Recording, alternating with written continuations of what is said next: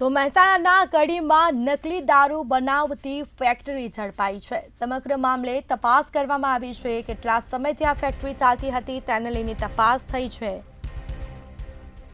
કડીના અચરાસણના ખેતરમાં આ mini factory ચાલતી હતી।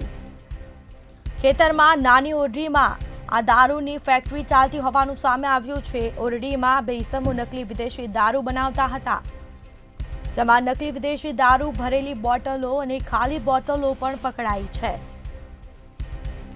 તો 100 લીટરથી વધુ નકલી દારૂનો જથ્થો ઝડપાયો। કડી પોલીસે દરોડા પાડીને વધુ કાર્યવાહી હાથ ધરી છે।